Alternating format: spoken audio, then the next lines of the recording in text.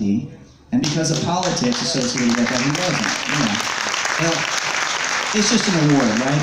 But the thing is, our dad was so humble, and he always felt like he was blessed. But for a lot of people to have to admit that Ricky Nelson had the talent that he had and the abilities that he had, looking the way that he did, coming from the Hollywood hillbilly upbringing that he had, Mr. Television Star, for them to admit that he had it all together like that was almost like having to admit that the head cheerleader had a brain.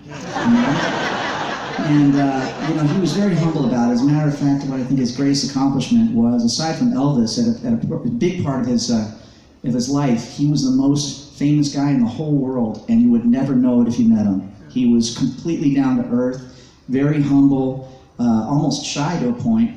And wherever you are, Pop, thank you for leaving behind this amazing music, because it brings everybody together still, all these years later. So thank you.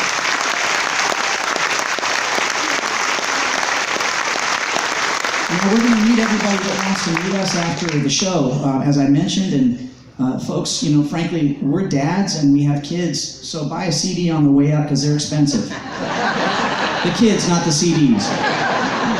We have to make a disclaimer. I'm sorry, folks, we took Delta here, which apparently stands for don't expect your luggage to arrive. So half of the CDs we brought are in Guam or something like that.